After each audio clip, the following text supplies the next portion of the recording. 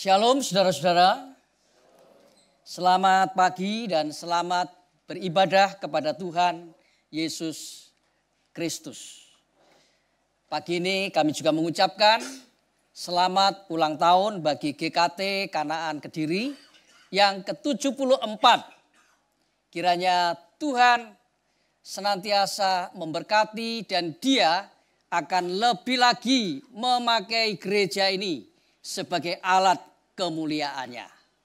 Saudara-saudara, pagi ini kami tim dari pelayanan Gunung Wilis mengucapkan terima kasih yang sebanyak-banyaknya untuk gereja ini, di mana untuk pelayanan minggu ini yang bertepatan dengan hari ulang tahun mempercayakan kepada kami.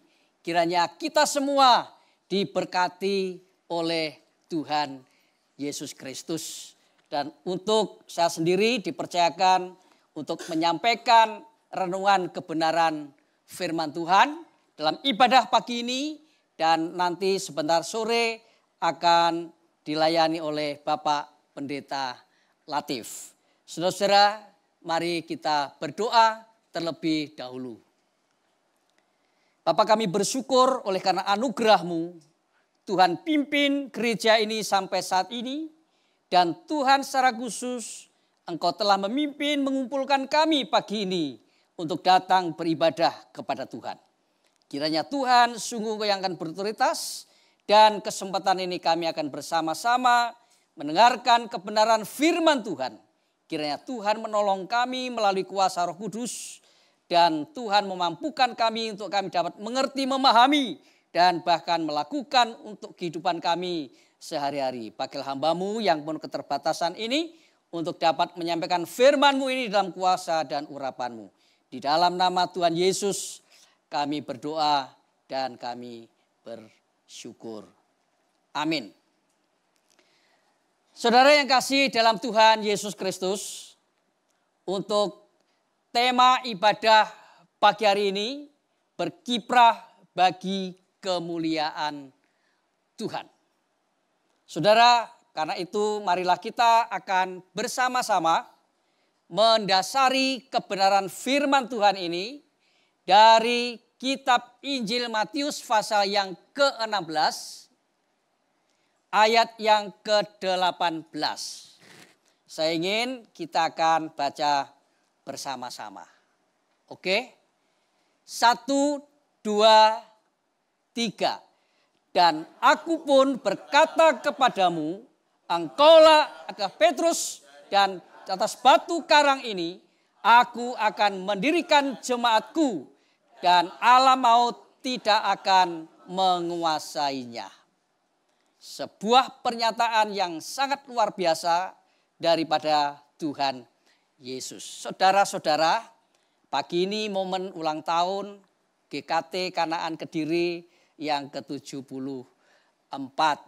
Saya ngitung mundur berarti gereja ini sekitar tahun 50 sudah berdiri, betul? Yang diprakarsai oleh hambanya Ibu Pendeta Ibu Evangelis ya, T. Sun Sun ya, sebagai pendiri dan gembala gereja ini. Saudara, apabila kita melihat akan momen ulang tahun, ya, momen ulang tahun itu merupakan sebuah refleksi untuk menyatakan ungkapan rasa syukur atas pemeliharaan, pimpinan, dan penyertaan Tuhan dalam perjalanan hidup selama ini. Bagaimana tatkala kita ada dalam sebuah momen ulang tahun, tatkala kita memberikan ulang tahun kepada anak kita atau kita sendiri, di situ pasti ada rasa syukur, saudara-saudara. Dan saya yakin pagi ini kita pun juga ada rasa syukur yang kita panjatkan kepada Tuhan.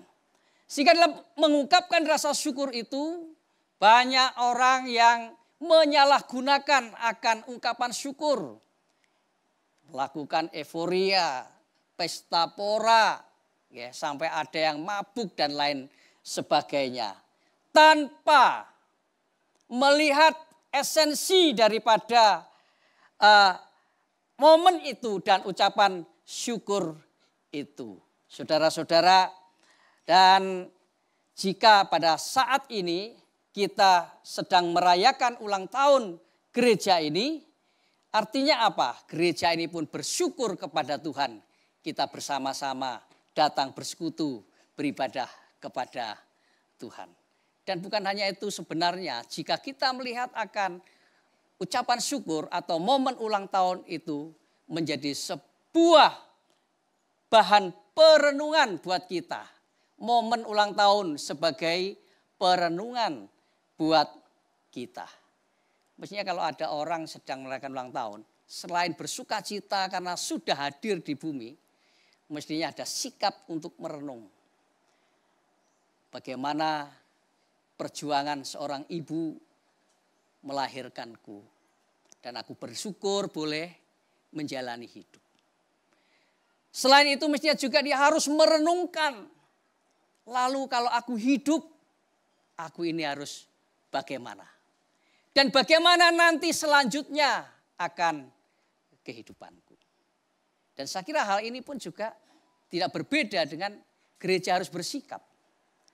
Tatkala gereja mengadakan ucapan syukur atas hari jadinya seperti di tempat kita ini, biarlah ini pun juga menjadi sebuah perenungan buat kita sekalian. Bagaimana perjuangan para pendiri terdahulu sehingga berhasil mendirikan gereja. Ada banyak jiwa diselamatkan. Dan ini menjadi satu bahan untuk memotivasi kita. Untuk kita boleh melanjutkan akan karya Allah ini. Dan bagaimana masa depan gerejaku nanti. Dan biarlah itu pun juga kita miliki. Karena itu saudara-saudara, untuk kita dapat merenungkan hal ini, pada pagi hari ini saya ingin mengajak kita sekalian merenungkan tentang gereja itu sendiri. Pertama kita akan melihat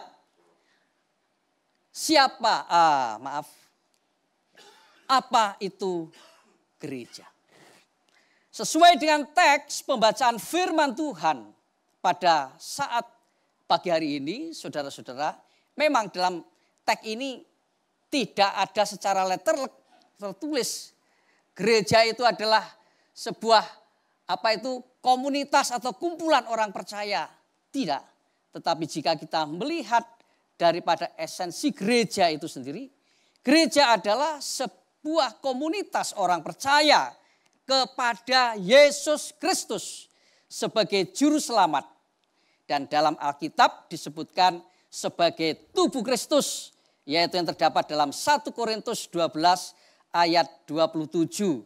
Dan itu adalah orang-orang yang dipanggil keluar dari kegelapan menuju terang Allah yang ajaib. 1 Petrus 2 ayat 9. Jadi kalau kita berbicara gereja, gereja tidak menunjuk kepada sebuah bangunan rumah ibadah. Memang itu tidak salah secara umum kalau kita melihat apa itu gereja. Oh, itu tempat ibadah orang Kristen. Itu secara umum. Tetapi jika kita melihat secara rohani, apa itu gereja? Apa itu jemaat? Ternyata itu adalah sebuah komunitas, sebuah kumpulan. Kumpulan siapa? Kumpulan orang-orang yang percaya kepada Tuhan Yesus Kristus sebagai Tuhan dan Juru Selamat. Saya yakin kita yang berkumpul di tempat ini adalah orang yang percaya kepada Tuhan Yesus. Amin. Kalau kita tidak percaya kepada Tuhan Yesus, saudara-saudara, melihat bentuk bangunan gereja aja kadang-kadang sudah jijik. Betul enggak? Melihat identitas ada nama Kristen sudah haram. Melihat apalagi apa yang dikerjakan orang Kristen. Oke, mono. Saya tidak mau itu. Tetapi kalau hari ini kita berkumpul, kita beribadah karena kita percaya kepada Yesus sebagai Tuhan dan Juru Selamat. Dan kitalah gereja Tuhan. kita mau berkumpul dimanapun kita gereja Tuhan. Kita berkumpul di bangunan rumah penduduk, kita gereja Tuhan. Kita berkumpul dalam sebuah bangunan gedung gereja yang besar, yang megah, gereja yang kecil, di pinggiran pelosok desa, kita pun gereja Tuhan. Amin. Itulah gereja. Saudara-saudara, untuk selanjutnya kita melihat siapa yang mendirikan gereja itu. Gereja diprakarsai atau didirikan oleh Tuhan Yesus sendiri. Tuhan Yesus berkata, aku akan mendirikan jemaat. Di sini kita akan menggarisbawahi. Aku akan mendirikan jemaatku. Siapa yang bicara aku? Tuhan Yesus. Siapa yang mengaku punya jemaat? Yesus. Jadi ini adalah inisiatif dan karya Tuhan sendiri. Dan bukan inisiatif atau karya manusia maupun oknum tertentu. Dengan kata lain, gereja adalah milik Kristus. Jadi manusia tidak bisa menguasai gereja. Manusia hanya dipercaya untuk memanage, mengatur, menata gereja itu. Oleh sebab itulah dalam gereja, khususnya dalam kalangan gereja Protestan seperti kita ini, ada majelis gereja, ada penatua, ada apa lagi istilahnya? Diaken, ya. Nanti Desember ada momen pemilihan apa? Diaken, penatua gereja. Itu yang Tuhan mau pakai untuk menata gereja. Dan gereja ini milik Kristus. Jadi gereja bukan milik seseorang. Gereja bukan milik gembala. Gereja bukan milik pengusaha. Gereja bukan milik orang yang punya otoritas tertentu. Penguasa, pejabat dan sebagainya. Tapi gereja adalah milik Kristus. Karena yang mendirikan adalah Kristus sendiri. Dan bersyukurlah dengan penuh tanggung jawab. Jika saya dan saudara dipercaya untuk menata dan memanage gereja ini. Amin. Kalau hari ini pun bisa terlaksana satu peringatan ulang tahun yang ke-74. Kita telah menata dan kita pun telah memanage sehingga pelayanan ini pun bisa terjadi. Puji nama Tuhan. Yang ketiga saudara, dari teks ini kita melihat di atas dasar apa gereja ini berdiri.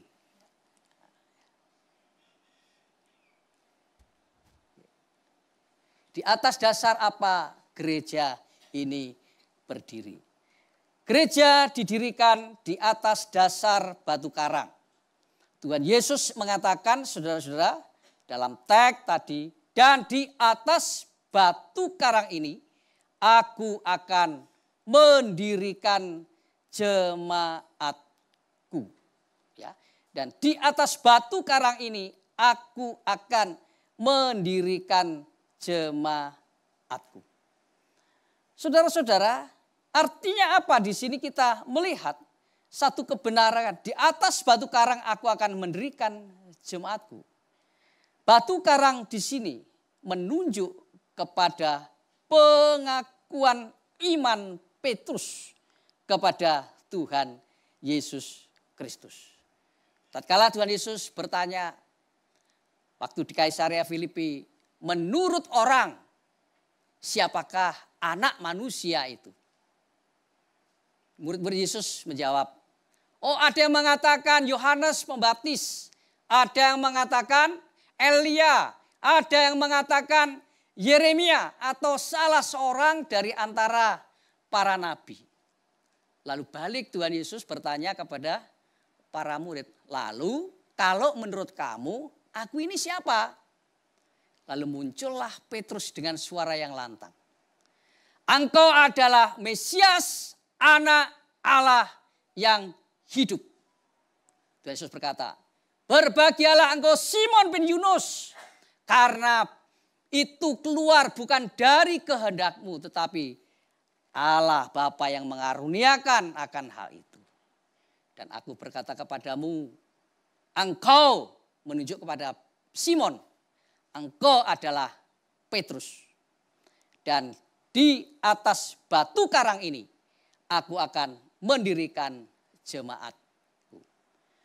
Saudara-saudara, gereja berdiri di atas batu karang, yang artinya gereja batu yang besar. Dan jika kita melihat akan nama Petrus sendiri berasal dari Petros, yang artinya batu kecil. Saudara, kita mau lihat di sini sedikit. Engkau adalah Petrus, artinya engkau adalah Petrus, yaitu Petros. Engkau adalah batu kecil. Nah, sehingga dengan demikian batu kecil ini berarti di atas pengakuanmu, yaitu Mesias anak Allah yang hidup, yaitu batu karang, batu yang besar. Aku mendirikan jemaatku, artinya batu-batu kecil itu akhirnya berdiri di atas batu besar. Saudara-saudara, kalau boleh mungkin zaman kita sekarang, jika mungkin Tuhan Yesus bertanya kepada Dokter Novian, menurut kamu siapakah aku ini? Lalu Dokter Novian jawab, engkau adalah Mesias anak Allah. Berbahagialah engkau Dokter Novian, karena bukan kamu yang berkata-kata itu, tapi menurut kehendak Bapa. Engkau Dokter Novian adalah Petrus. Engkau Dokter Novian, engkau batu kecil. Kalau mungkin Tuhan juga berkata kepada Ibu Ivong atau Ibu Rita, berbahagialah engkau Rita Anita, engkau adalah Petrus, engkau adalah batu kecil. Demikian andai kata itu pada masa kita yang ditanya, Tuhan kata seperti itu. Sehingga secara tidak langsung orang-orang yang percaya ini merupakan batu-batu kecil yang berdiri di atas pengakuan iman. Engkau Mesias, anak Allah, sang batu karang, batu yang besar, yang kokoh, yang kuat ini. Jadi saudara-saudara, saya dan saudara ini, batu-batu kecil yang dikumpulkan, tadi yang dipanggil, telah berdiri di atas batu karang yang teguh, yang kuat. Jadi gereja berdiri tidak di atas dasar materi yang melimpah. Gereja kokoh berdiri tidak di atas dasar penguasa yang kuat. Gereja kokoh berdiri tidak di atas dasar satu situasi kondisi politik yang baik. Tidak, tapi di atas dasar pengakuan iman bahwa Yesus Kristus Mesias, anak Allah yang hidup. Adakah kita yang di sini yang tidak percaya Yesus adalah Mesias, anak Allah yang hidup? Tidak ada yang angkat tangan. Artinya kita semua percaya bahwa Yesus Mesias, anak Allah yang hidup. Amin. Itulah sebabnya kita kokoh berdiri. Termasuk secara gereja lokal, GKT Kanaan Kediri tetap kokoh berdiri di atas dasar pengakuan iman itu, yaitu batu karang. Saudara, selanjutnya kita melihat bagaimana akan keberadaan gereja. Jika gereja berdiri di atas dasar batu karang yang teguh, yang kuat atas pengakuan iman, bagaimana keberadaan gereja itu? Berdasarkan dengan pernyataan Tuhan Yesus yang mengatakan, dan alam maut tidak akan menguasainya. Kita meyakini bahwa gereja akan tetap teguh berdiri dengan kokoh. Sekalipun di tengah badai persoalan yang ada dan tidak akan dapat dimusnahkan oleh siapapun. Baik oleh kuasa manusia ataupun kuasa kegelapan. Ini merupakan sebuah keyakinan kita kepada Tuhan. Selama gereja berdiri di muka bumi, tidak luput dari terpaan tantangan dan rintangan. Kita melihat saudara-saudara, dari awal gereja berdiri, saudara ingat, gereja mula-mula berdiri di Yerusalem. Kalau kita baca dalam Kisah Rasul pasal yang keempat, apa yang terjadi di sana? Itu yang mereka baru kumpul, baru hari Pentakosta, terbentuk jemaat pertama. Apa yang terjadi? Adakah mereka baik-baik saja? Tidak. Ternyata begitu Petrus dan rekan-rekannya dengan giat memberitakan Injil, ada banyak jiwa diselamatkan. Datanglah pemimpin-pemimpin agama. Mahkamah agama Yahudi menangkap Petrus dan Yohanes untuk diadili. Itu awal gereja berdiri. Saudara-saudara. Ya, tidak luput dari segala ancaman. Ya, tantangan rintangan ini. Dan yang masih ada sampai saat ini. Saya yakin saudara, GKT Kanaan Kediri mulai dari tahun 50 sampai sekarang. Mungkin orang melihat, oh berjalan lancar ya, baik-baik aja. Saya tidak tahu karena saya tidak pernah berjemaat di gereja ini. Tetapi saya yakin tidak luput dari tantangan, rintangan, ancaman dan lain sebagainya. Betul? Entah itu dalam skala kecil atau dalam skala besar. Tidak luput.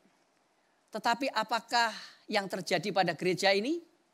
Gereja ini masih eksis dan tetap tegak berdiri sampai saat ini. Dan kita melihat di sana sini, khususnya di Indonesia sekalipun negara Pancasila diberikan kebebasan, tapi kita masih melihat dan kita mendengar bagaimana gereja ditutup. Bagaimana orang beribadah sembahyang dibuyarkan. Demikian juga yang terjadi dalam pelayanan di Gunung Wilis, saudara-saudara. Awal-awal pelayanan di Gunung Wilis, khususnya di Kabupaten Kediri, Desa Ngetrep, Kecamatan Mojo, tempat asal Pendeta Latif. Di sana pernah diserang sekelompok orang, bahkan bawa senjata tajam. Di Ngetrep dan Tumpak Pelem. Pendeta Marjani almarhum dan Pendeta Mujiono almarhum sempat mau dihabisi. Betul Pak Latif ya? Seiring dengan berjalannya waktu, ada pelayanan misi dengan pendekatan kontekstual budaya, pentas wayang kulit. Wayang Sabdo itu. Yang dibawa oleh Bapak Freddy Lai kalau tidak salah. Dilempari batu. Dan waktu Pendeta Mujiono masih ada, batunya itu difoto, masih ada di atas atap. Bagaimana di wilayah Sendang kelihatannya aman-aman saja dan Pagerwojo. Oh ternyata juga tidak. Di Kecamatan Sendang, Desa Kedoyo waktu itu digembalakan oleh Pendeta Latif ini. Waktu momen Natal diserang sekelompok massa. Natal itu dibubarkan, gereja suruh tutup. Dan pada endingnya Pendeta Latif diusir dari pelayanan di Kedoyo itu. Saudara, belum yang di Pagerwojo. Itu termasuk pos yang muda. Tempat pelayanan Pendeta Daud waktu itu. Pas Pendeta Daud pelayanan di situ. Pendeta Daud mau dibunuh. Mau dirikan gereja di Resolusi. Sehingga harus pindah lokasinya. Dulu mau didirikan di Dusun Pak Roto. Sekarang dipindah di Wonorejo. Karena bupati naik sendiri untuk melihat situasi dan keadaan di sana. Sehingga sekarang di sana sudah dibangun tempat ibadah. Saudara, tantangan terus saja terjadi. Tapi karena kita berdiri di atas batu karang yang teguh dan alam maut tidak menguasainya. Bagaimanapun yang terjadi, gereja akan tetap ada sampai Tuhan datang kedua kali. Amin. Karena itu jangan takut Jangan gentar, maju terus dalam pekerjaan Tuhan yang Tuhan telah percayakan kepada kita semua. Mungkin sekarang pendiri kita, gembala kita sudah tiada, Ibu Teh Sunsun. Tapi generasi penerus gereja ini ada. Tadi ditanya ya, dari sejak awal gereja berdiri siapa yang masih ada? Oh, kelihatan tidak ada. Tapi generasi yang masih ada. Mungkin sekalipun kita tidak melihat sejarahnya dulu.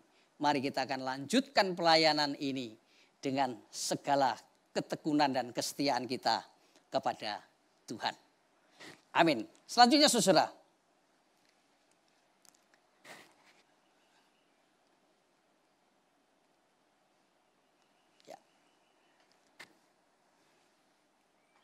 Apa tujuan Tuhan Yesus mendirikan gerejanya di atas muka bumi ini?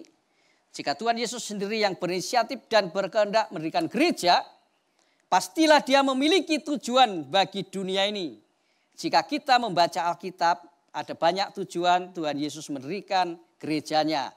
Salah satu tujuannya adalah supaya gereja memuliakan Allah melalui karya nyata.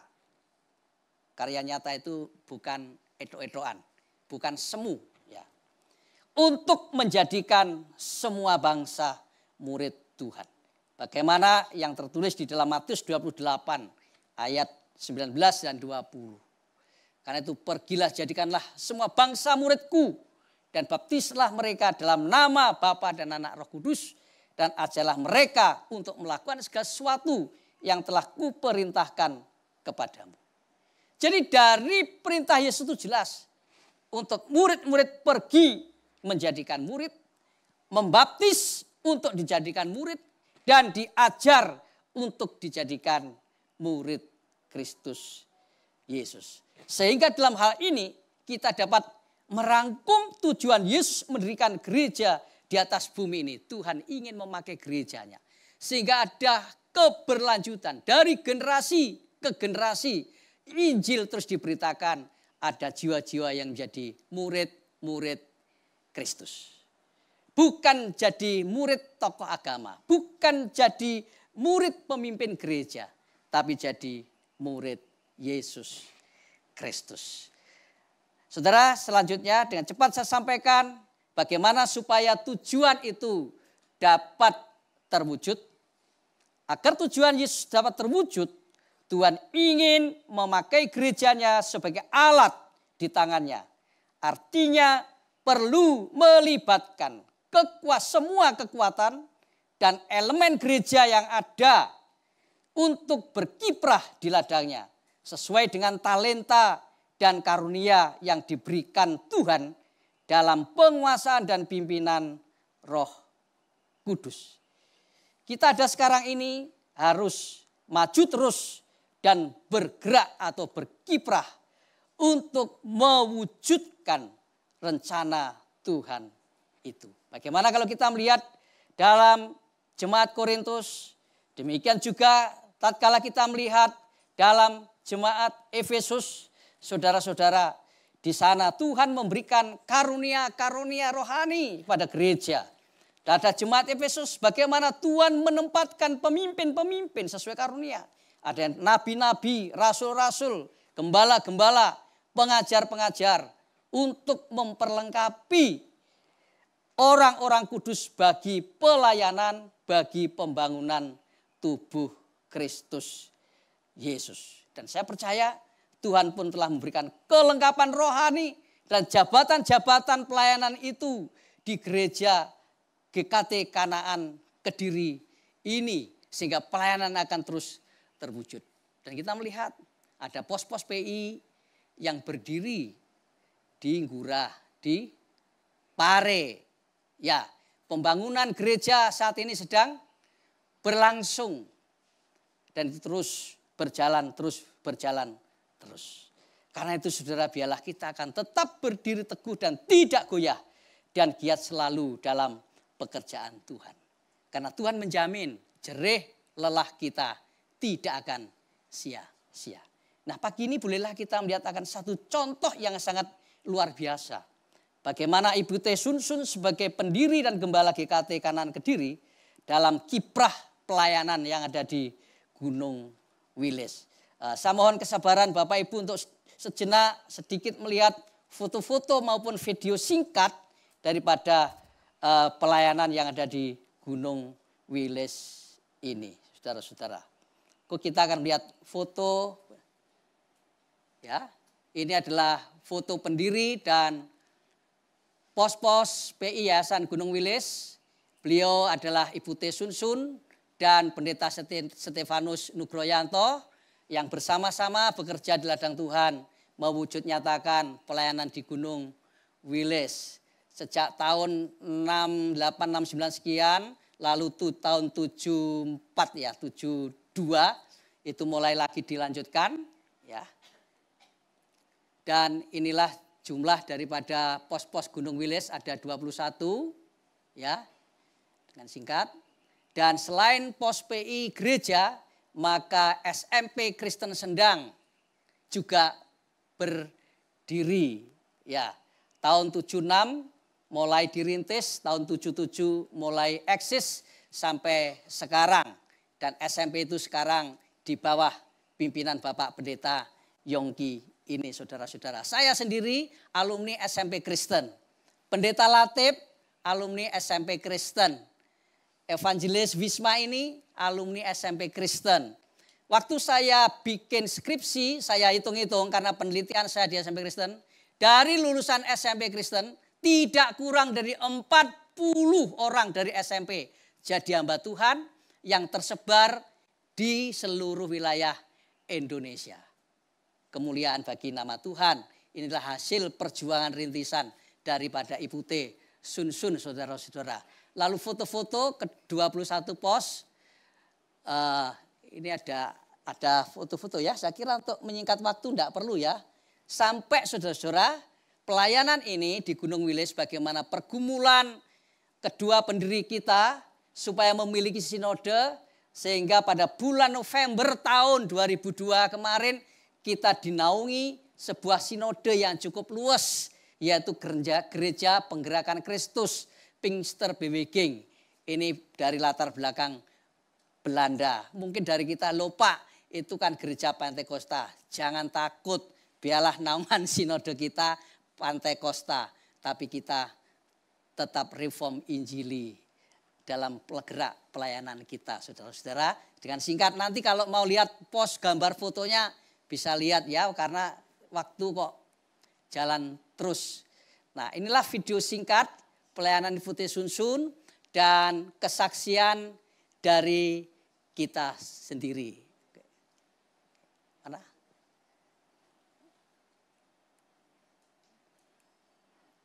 Itu video mungkin dari, monggo operator.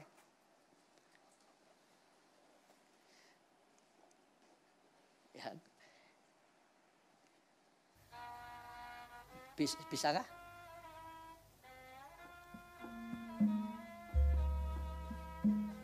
Sudah.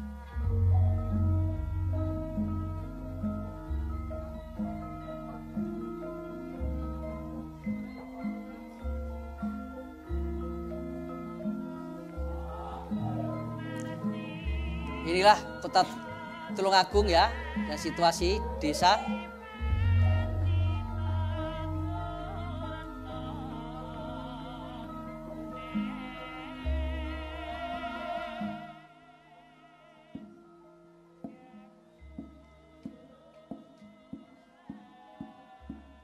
Ini alat komunikasi yang di desa, yaitu kentongan. Nama saya Rita Anita Kusuma. Saya tahu atau tidak, Bapak Ibu kenal atau tidak Ibu ini yang bersaksi tentang Gunung Wilis. Perintis Mission Gunung Wilis ini adalah penginjil T. Sunsun. Beliau adalah gembala sidang daripada GKT Kediri dan Pendeta Stefanus Nugroyanto. Beliau adalah gembala sidang dari GKA Tulungagung. GKT Kediri dengan GKA Tulungagung ini hubungannya sangat erat sekali. Karena GKA Tulungagung merupakan pos yang pertama daripada GKT Kediri. Dan akhirnya mereka bersama-sama untuk merintis Gunung Wilis ini. Tahun 1971 ada permintaan di Gunung Wilis di Sendang tepatnya mereka datang ke Sendang. Tapi pada waktu itu infrastruktur atau kendaraan atau jalan sarana itu sangat jelek. Jadi akhirnya penginjil Teh Sun Sun memutuskan untuk tidak meneruskan pelayanan di Gunung Wilis atau di Sendang.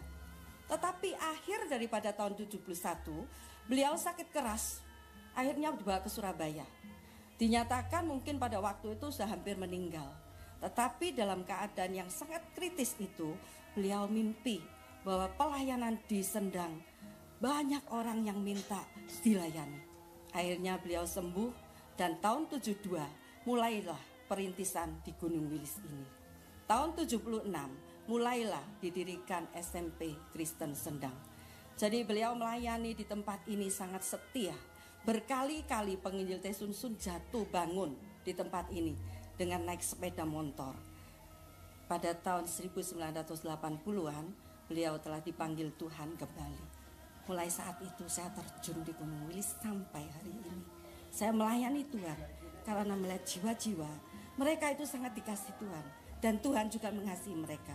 Karena Tuhan tidak mau satu orang pun binasa. Tuhan ingin semua orang diselamatkan.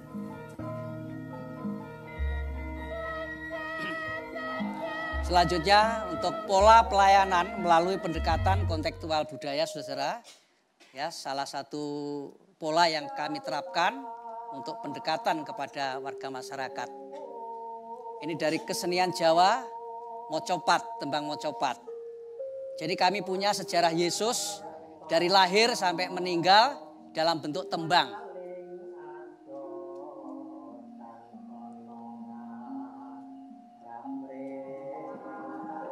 Dan kami melibatkan orang-orang non-Kristen ya, di sini. Mereka sangat antusias kalau diajak melantunkan Alkitab dari Injil Lukas. Ya.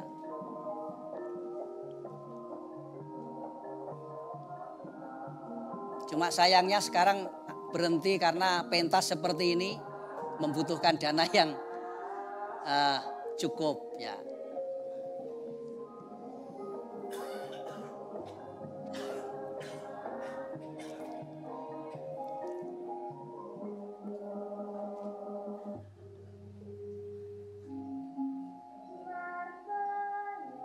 Ini anak Islam, saudara. Yang tengah itu anak pendeta almarhum Samuri. Ini pelayanan pernikahan kontekstual budaya. Ini waktu ibadah minggu pakai apa? Semua nuansa Jawa. Dari Fotun sampai Dua Berkat ya Jawa. Ini Natal di Jambuo.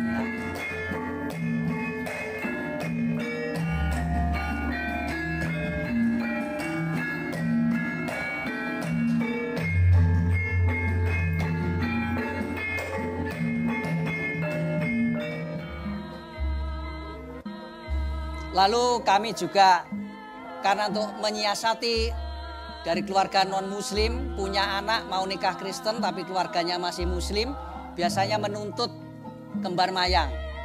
Jadi kami buatkan sendiri, ini para pendeta yang buat, saudara. Ya, ini almarhum pendeta Samuri, lalu ada pendeta Philip, ini tangannya pendeta Philip yang sangat lincah memainkan apa itu? Kater. Ini jemaat ya, namanya Mbah Paino. Karena di dalam kembar mayang itu ada filosofi yang sangat berharga bagi keluarga. Yaitu pendeta Philip. Ya. Ini tidak tahu orang mana, saudara.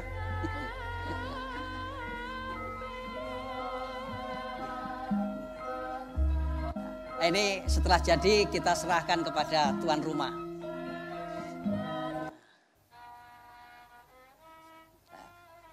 Oke, jadi itulah sekilas dari video pola pendekatan, ya, pola pendekatan pelayanan dalam kontekstual budaya, dan yang paling akhir bagaimana perkembangan pelayanan ini sampai saat ini, saudara-saudara. Ini kami ada rintisan 2 pos PI baru di 2 kabupaten, Kabupaten Kediri dan Tulungagung. Di Kediri di Besuki dan di Tulungagung di Desa Kedoyo Dusun Baran. Bisa tampilkan? Atau dari sini ya? Oke. Ini sudah terakhir saudara. Tidak bisa. Ini pelayanan misi perintisan di Besuki.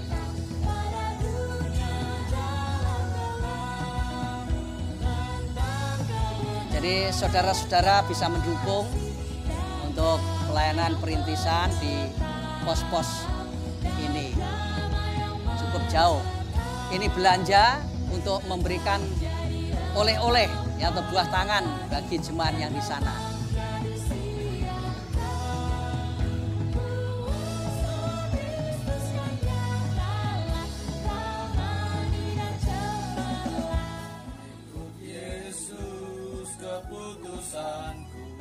Mengikut Yesus keputusanku. Jika Tuhan menempatkan kita di satu tempat, artinya Tuhan punya rencana bagi kita. Ya, Allah Bapa mencipta langit dan bumi kepada anaknya yang tunggal yaitu Tuhan Yesus Kristus, dan di dalam penghiburan dan pengharapan daripada Roh Kudus senantiasa. Amin.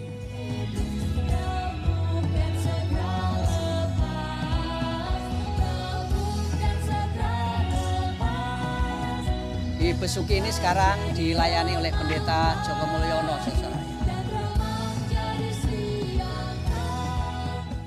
Selanjutnya kita melihat untuk perintisan di Pos PI Baran, Desa Kedoyo, Kecamatan Sendang, yang sekarang dilayani oleh Pendeta Priyo. Ya. Mereka masih berkumpul di rumah jemaat yang sangat-sangat memprihatinkan. Ya, saudara bisa lihat rumahnya tadi ya. Masih terbuat dari gedek.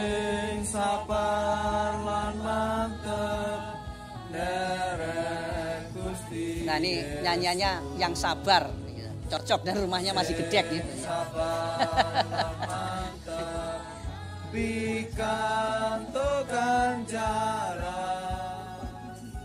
Lalu Yesus berkata kepada perwira itu, ini Pendeta Latif yang menyampaikan firman pada saat kami kunjungan di sana.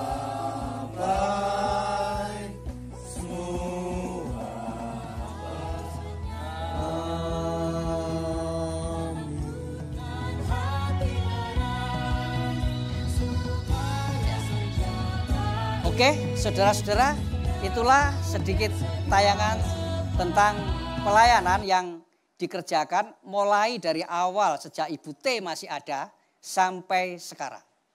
Kiranya saudara yang kasih dalam Tuhan, melalui tayangan video ini dan apa yang saya sampaikan, itu akan kembali membuka hati pikiran kita untuk kita tetap mengasihi Tuhan, bergerak dalam ladang pelayanan.